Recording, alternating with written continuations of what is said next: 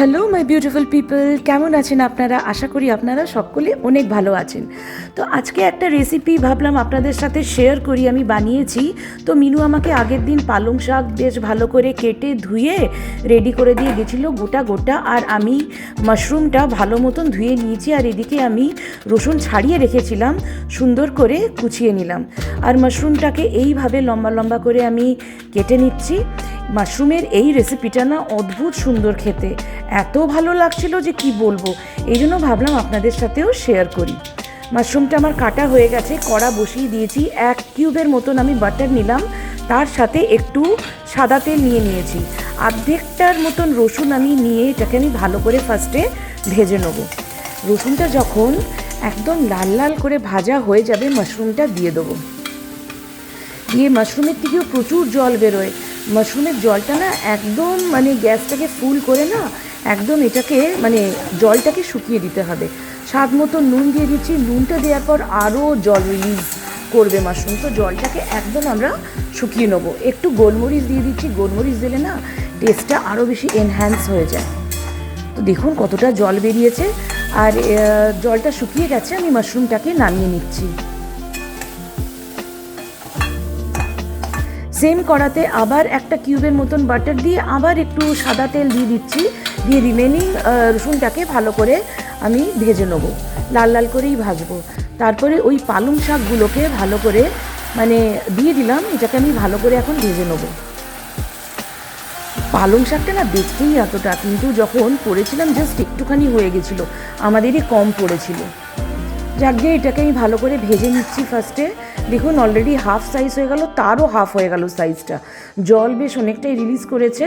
তারপরে আমি নুন দিয়ে এটাকে আমি ভালো করে ফ্রাই করব, জলটাকে একদম পুরো শুকনো করে দেবো।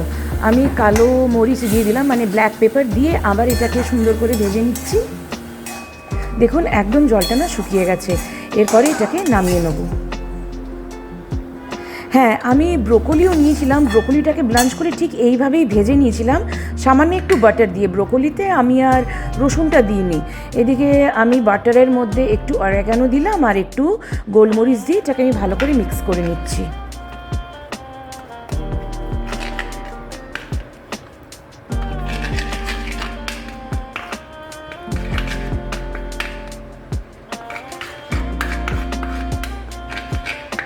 এই বাজার থেকে এই ব্রেডটা আমি আনিয়েছিলাম, ব্রেডটা বেশ ভালো।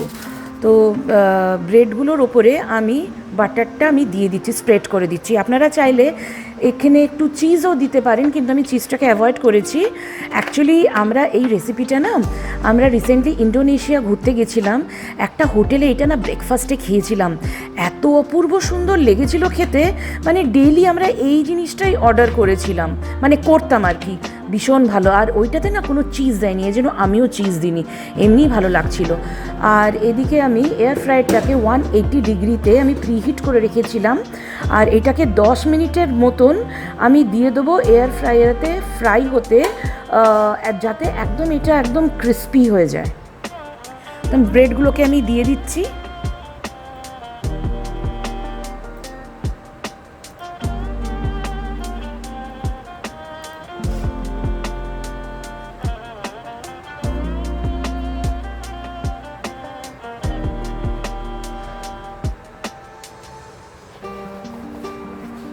দশ মিনিটের মতনই দেবো। সার্ভিং ট্রেটা আমি বার করে নিচ্ছি। বাদবাকি ব্রেডগুলোতেও আমি বাটার মাখিয়ে দিয়েছিলাম। হয়ে গেছে 10 মিনিট পর, দেখুন একদম ক্রিস্পি আর মচমচে। আপনারা চাইলে এটা না একদম এমনিও খেতে পারেন, যা অদ্ভুত লাগে না খেতে। হ্যাঁ, আপনাদের কাছে যদি এয়ার ফ্রায়ার যদি না থাকে, আপনারা তাওয়াতেও এরকম মচমচে করে সেঁকে নিতে পারেন, একই রকম টেস্ট আসবে, জাস্ট একই। আমি প্লেটিংটা করে নিচ্ছি, আর সেকেন্ড লটের ব্রেডটাকেও আমি এয়ার ফ্রায়ারে দিয়ে দিলাম ক্রিস্পি হতে। ফার্স্টে আমি দিয়ে দেবো এই পালং শাকটাকে।